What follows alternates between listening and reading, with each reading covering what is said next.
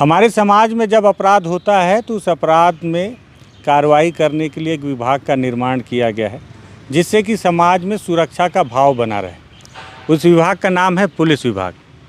और जब भी पुलिस का नाम जहन में आता है तो समाज का एक बड़ा तबका हमेशा से ही पुलिस विभाग को बहुत ही नकारात्मक छवि के तौर पर देखता है। उनको ऐसा लगता है कि पुलिस है तो पुलिस के द्वारा हमेशा से ही प्रताड़ित किया जाएगा। कई बार तस्वीरें भी निकल कर सामने आती हैं, लेकिन कई बार पुलिस की मानवता की तस्वीरें भी सामने निकल कर आती हैं। तो लोग रह रह कर कभी पुलिस की तारीफ़ करते हैं, कभी पुलिस की बुराई करते हैं, जिसके जैसे अनुभव होते हैं। लेकिन इन प्रताड़ना के आरोप के बीच एक प्रताड़ना ये भी है जो पुलिस के सिपाही अपने अधिकारियों पर भी लगाते हैं। ये बात जब आपको पता चलेगी तो आप चौंकेंगे कि किसी भी सिस्टम में या हमारे समाज का ये बहुत पुराना कल्चर रहा है कि जो बड़ा होता है वो हमेशा से ही अपने छोटे लोगों को दबाया करता है। ये बातें परिवार से शुरू होकर समाज और समाज से सिस्टम तक जाती हैं। तो ये सिस्टम हर जगह लागू होता है और इसी तारतम्य में पुलिस का भी सिस्टम है जो इससे अछूता नहीं है। इसको लेकर एक युवक है जो लगातार एक लड़ाई लड़ रहा है, उससे बातचीत करना चाहिए, मुझे ऐसा लगा। तो आज पुलिस के जो तमाम अधिकारी और सिपाहियों के बीच में क्या सिस्टम है और उन अधिकारी कैसे अपने सिपाहियों को प्रताड़ित करते हैं, क्या कुछ स्थिति है सिस्टम में, इस पे बातचीत करेंगे। नमस्कार, मैं विकास तिवारी हूं और आप बस्तर टॉकीज़ देख रहे हैं। दरअसल मेरे साथ जो शख्स बैठे हैं इनका नाम उज्जवल दीवान है। हो सकता है कि बहुत सारे लोग इनको ना जानते हों। अगर आप गूगल पे उज्जवल दीवान करेंगे तो आपको इनसे जुड़ी तमाम खबरें आएंगी सामने। लेकिन मुझे लगता है कि पुलिस का ऐसा कोई कर्मचारी नहीं होगा जो छत्तीसगढ़ में उज्जवल दीवान को अब नहीं जानता होगा। तो उज्जवल भाई, आपका स्वागत है बस्तर टॉकीज़ में। धन्यवाद सर। उज्जवल भाई, जो मैं बोला वो गलत तो नहीं बोला कि पुलिस के सिपाही सब जानते ही होंगे अभी छत्तीसगढ़ में आपको? जी, लगभग सभी सिपाही और अधिकारी सभी जानते हैं पुलिस विभाग में तो। जी। तो उज्जवल, ये बताओ आपकी पुलिस में आपकी भर्ती कब हुई और कब से आपकी नौकरी चल रही है? सर, मैं पुलिस विभाग में 2010 में भर्ती हुआ था और तब से लगातार ड्यूटी कर ही रहा था। किस पद पे? आरक्षक के पद पे। आरक्षक के पद पे। जी। और पोस्टिंग कहाँ है? मेरी धमतरी है सर, पोस्टिंग अभी धमतरी में। जी।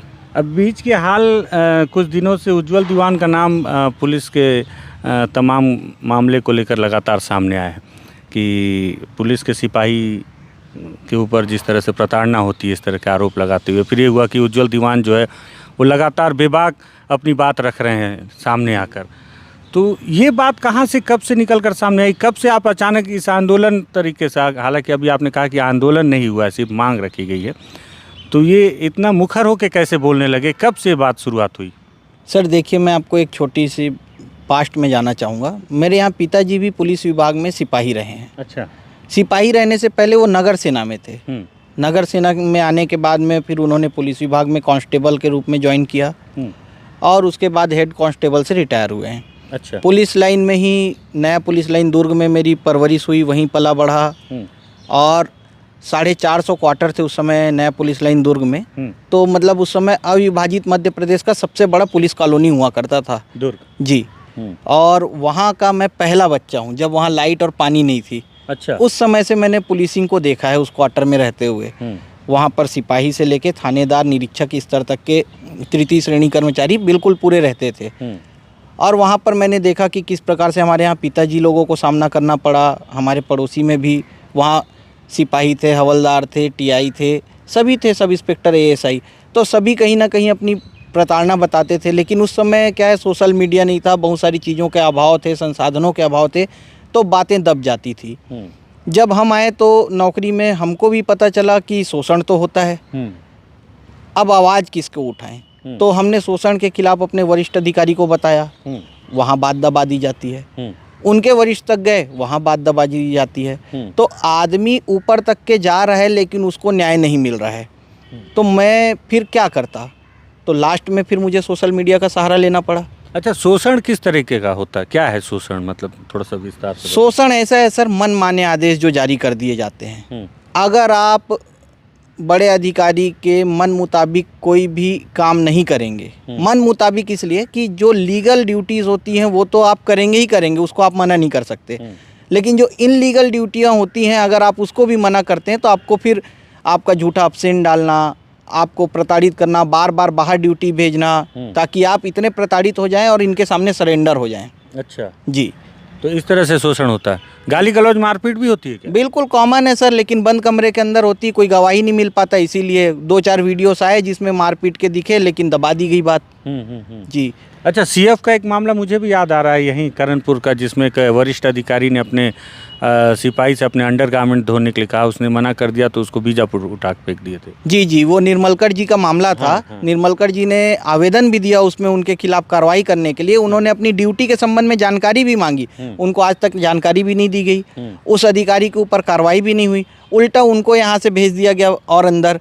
तो सर क्या होता है, पुलिस विभाग में सबसे ज़्यादा बड़ा डर जो होता है छोटे कर्मचारियों में, तृतीय श्रेणी कर्मचारी, उसमें मैं बता देता हूँ आपको, गोपनीय सैनिक से लेके सहायक आरक्षक, हवलदार, एएसआई, सब इंस्पेक्टर, टीआई, थानेदार, निरीक्षक, यहाँ तक के आते हैं। अब इनको सबसे ज़्यादा डर होता है कि मैं बड़ी मुश्किल से फलाने थाने में पोस्टिंग आया हूँ या शहर में पोस्टिंग आया हूँ, मेरे को अधिकारी यहाँ से मत भेज दे। सिर्फ इस डर के कारण ये लोग, सिर्फ पोस्टिंग का डर है तो हर वो गलत काम करने के लिए तैयार हैं जो उनका वरिष्ठ बोलता है। अच्छा, जो उनका दिल नहीं गवारा करे वो भी। बिल्कुल बिल्कुल सर, अगर पोस्टिंग का डर हटा दिया जाए इनके मन से तो पूरे अधिकारियों की पोल खुल के सामने आ जाएगी। अच्छा जी, तो अभी 2021 से आप लगातार मुखर होकर आगे आकर सामने बोल रहे हैं। जब से आप बोलने लगे हैं तो आपने क्या क्या मांग रखी, क्या क्या सुधार होना चाहिए डिपार्टमेंट में से? सर मैंने बहुत छोटी छोटी मांगे रखी हैं। हमारे लिए 65 करंट विधायक जो आज के डेट में हैं, जिनमें 3 करंट मंत्री भी हैं, टीएस सिंहदेव जी हैं और उमेश पटेल जी हैं और गुरु रुद्र कुमार जी हैं। इन्होंने भी हमारे सिपाहियों का 2800 रुपये ग्रेड पे करने के लिए लिख के दिया है, शासन की ओर प्रेषित किया, जिसमें 90 विधायक हैं सर छत्तीसगढ़ में, 65 ने लिख दिया है। ये तो अपने आप में कानून बन जाना चाहिए था। 7 सांसदों ने भी लिखा है, करंट सांसदों ने। तो हमारी प्रमुख मांग थी 2800 रुपये सिपाही का ग्रेड पे किया जाए, क्योंकि कितना है? 1900 रुपये ग्रेड पे के स्केल में चल रहे हैं सर हम। अच्छा, तो खर्चे इतने ज़्यादा हैं, क्योंकि कोई भी ड्यूटी हो पुलिस विभाग की, चाहे वो सिपाही हो चाहे थानेदार हो, अपने जेब के पैसे लगा के उसको ड्यूटी करनी पड़ती है, अपने जेब के पैसे लगा के उसको ज़्यादातर इस खाना खाना पड़ता है। तो कहीं यही वजह तो नहीं है कि फिर थानेदार और सिपाही जो उल जलूल यहाँ वहाँ से पैसा ऐसा लेते हैं? यही कारण है सर। अगर हमको पर्याप्त सुविधा और साधन दिया जाए, अगर मुझे रायपुर जाना है तो रायपुर जाने के लिए बस का वारंट तो आपने दे दिया, रायपुर में खाऊंगा क्या मैं 60 रुपये में? अच्छा, 60 रुपये मिलता है एक दिन का? जी बिल्कुल, 60 रुपये, 80 रुपये एक दिन का टीए मिलता है, दूरी के हिसाब से 80 रुपये भी है। तो 80 रुपये में तो सर एक टाइम का नाश्ता नहीं मिल रहा आज के डेट में। फिर रायपुर शहर में बस से उतरने के बाद आपको नया रायपुर भी जाना है। नया रायपुर 30 किलोमीटर लगभग, वहाँ किस में आएंगे जाएंगे? ये तो सिर्फ मैं रायपुर की बात बता रहा हूँ। ऐसे 75 कार्यालय के आप कागज लेके जाते हैं, कैसे मेंटेन करेंगे सर? आप सम्मन्स तामीली के लिए जाते हैं थाने से, नोटिस तामीली के लिए जाते हैं, एक दिन में अगर आपको 5-7 भी कागज़ दे दिए गए बांटने के लिए, तो कम से कम 50-60 किलोमीटर का दायरा आपको कवर करना पड़ता है। कैसे कवर करेंगे? अपने मोटरसाइकिल से ही कवर करेंगे। आज के डेट में 40-45 से ऊपर का एवरेज नहीं किसी गाड़ी में। तो एक दिन में आपने 1 लीटर 100 रुपये जला दिए, कहाँ से मेंटेन होगा सर? फिर उस दौरान आपको खाना भी है, 100 रुपये का कम से कम आप मिनिमम खाएंगे दिन भर में। अब मिलता 60 रुपये, मिलता 60 रुपये है, और कई जगह तो टीए बनाते भी नहीं तो वो भी नहीं मिलता। अच्छा जी, ये समस्या है। अच्छा, मैं अभी आप और मैं वहाँ बात कर रहे थे तो डीआरजी का एक जवान मिला था जी। छत्तीसगढ़ के बस्तर में आपको बार बार डीआरजी का नाम सुनाई देगा। डीआरजी असल में जब सलवा जुड़ूम चला तो लोग एसपीओ में थे, स्पेशल पुलिस ऑफिसर। फिर आगे चलकर जब सलवा जुड़ूम बंद हो गया तो जितने भी एसपीओ थे उन्हें सहायक आरक्षक बना दिया गया और उन्हीं को अधिकतर डीआरजी में ला लिया गया। सैलरी बहुत कम इनकी, 17,000 रुपये बता रहा था मात्र। सर 17,000 रुपये तो अभी हुए ही। अच्छा, और वो भी नक्सल अलाउंस जोड़कर। अच्छा, नक्सल अलाउंस जोड़कर है 17? जी, अभी धमतरी में जो लोग सहायक आरक्षक हैं वो 10,500 ले रहे हैं मात्र। जी बिल्कुल, और उसमें कंडीशन ये है कि एक ही डेट में 2 लोग भर्ती हुए हैं, एक को आप 10,500 दे रहे हैं और उसी में से एक को उठाकर आपने सीनियर बना दिया, उसको 14,000 दे रहे हैं। सीनियर कैसे बना दिए? अब ये तो सर ये झोलझाल तो हमको भी आज तक समझ में नहीं आया कि एक ही दिन के भर्ती को एक को आप सीनियरिटी बेस पे पैसा दे रहे हैं, दूसरे को जूनियर बना दिए हैं। अच्छा, और नक्सल अलाउंस के साथ में 14,000 16,000 जो थोड़ा समय अनुसार जो बढ़ोतरी हो रही है वो हो रही है। लेकिन सर इतने में कहाँ से मेंटेन कर पाएगा? उसको टीए नहीं मिलता, उसको अतिरिक्त कुछ भी चीज़ नहीं मिलता है। सब चीज़ उसको अपने जेब से करना है, और ड्यूटी वो एक सिपाही के बराबर, या मैं कहूँ सिपाही से ज़्यादा करते हैं सहायक आरक्षक ड्यूटी, क्योंकि उनको अंदर के एरिया के बारे में नॉलेज है, तो उनसे प्रॉपर ड्यूटी ली जाती है और वो कभी मना भी नहीं करते। अच्छा, ये जो डीआरजी हैं 17,000 तनख्वाह थी, और मैं देखता हूँ कि अधिकतर किसी भी ऑपरेशन में सबसे आगे इन्हीं को रखा जाता है। मतलब ये तो जान जोखिम में डाल के अपना सब, सिर्फ 17,000 रुपये के लिए। सर क्या है, मतलब मैं सुन के चौंक गया हूँ, इतनी कम रकम, और कोई सिपाही बोलने को तैयार नहीं, इतना डर उनके मन में।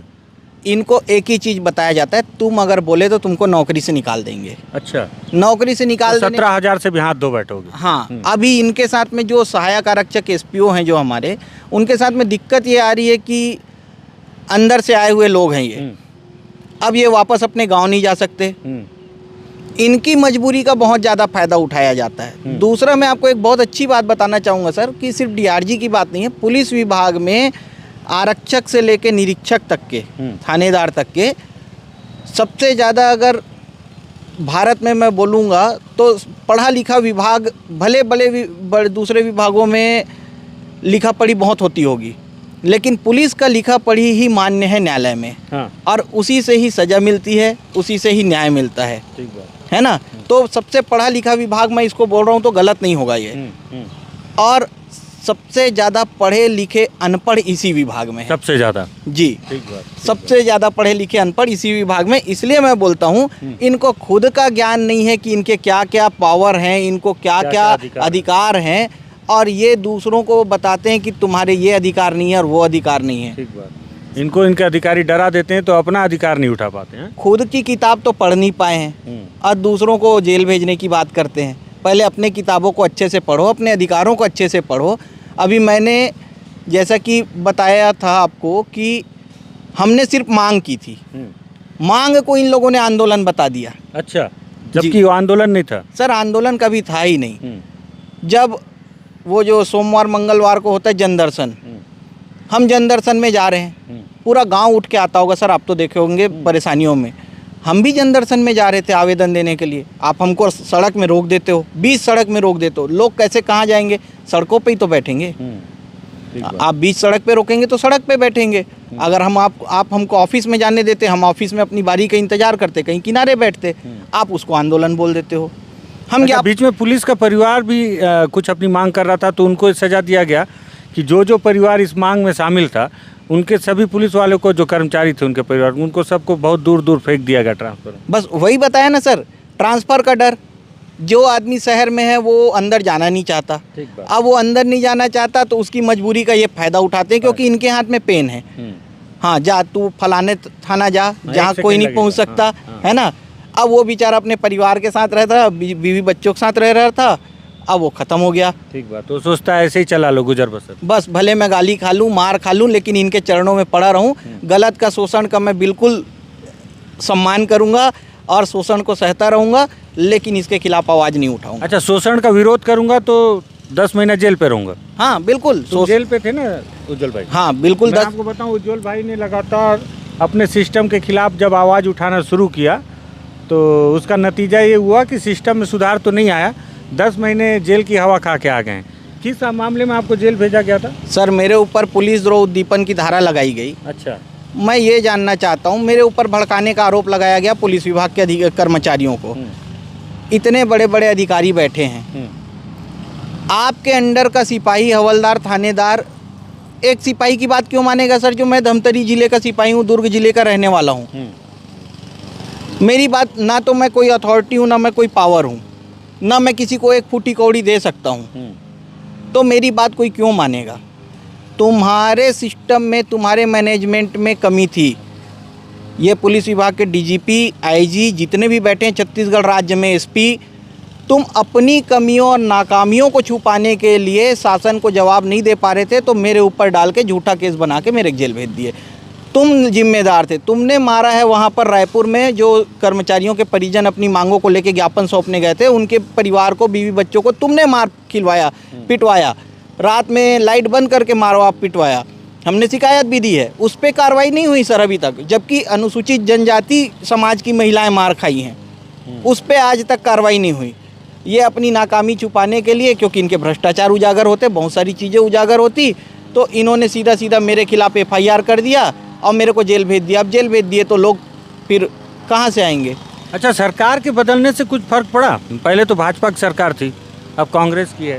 भाजपा में भी ऐसी उत्पीड़न था और अभी भी ऐसा है कि कुछ फर्क हुआ है? सर देखिए, बहुत फर्क पड़ा है।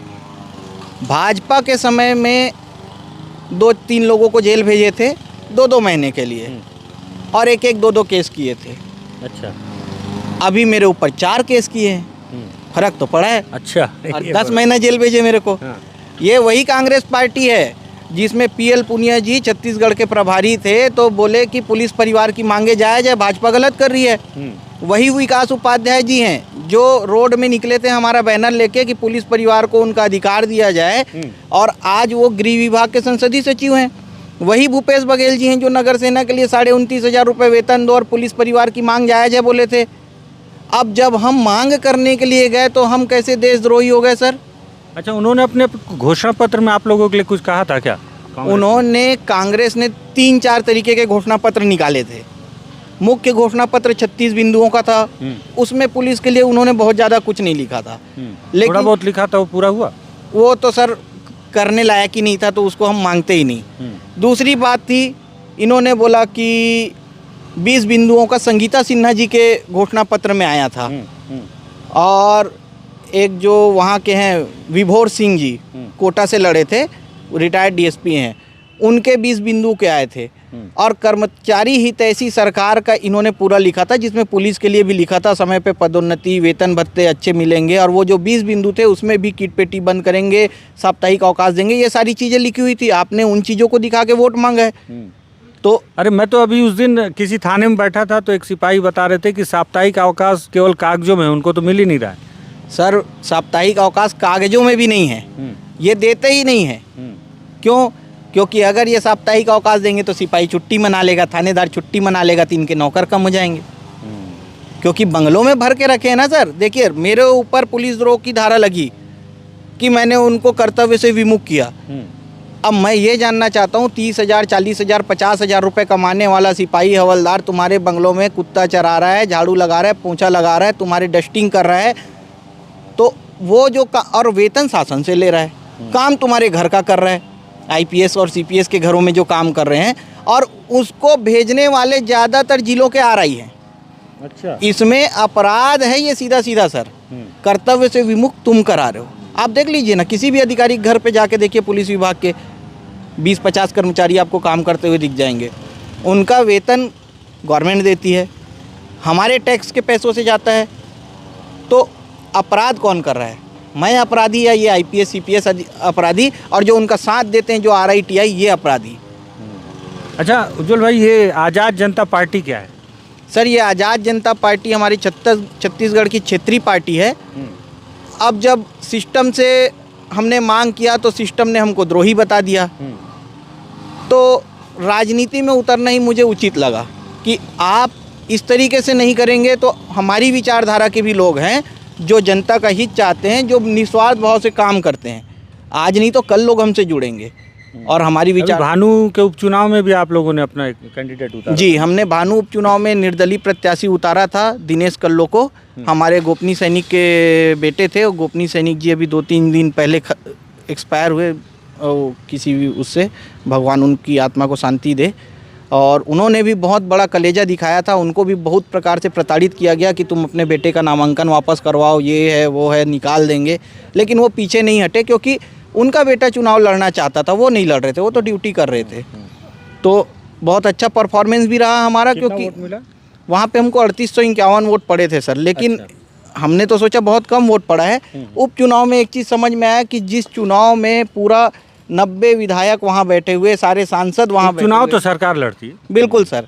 तो उसके बाद अगर हमने निर्दलीय में इतने वोट पा लिए, हमसे पुरानी पार्टियाँ थी वहाँ पे, वो गोंडवाना गणतंत्र थी वहाँ पर, और समाज भी था। हाँ, आदिवासी समाज ने तो अच्छा परफॉर्म किया था वहाँ पर, सभी को कसम भी खिलाए थे, तो खटिया खड़े कर दी थी सभी और कांग्रेस और भाजपा की। तो हमने भी वोट जो पाए हैं तो पर्याप्त थे हमारे लिए। आने वाले चुनाव को लेकर क्या है, कुछ है क्या? फिर 90 सीट लड़ेंगे सर आज़ाद जनता पार्टी से हम लोग। पुलिस परिवार साथ देगा?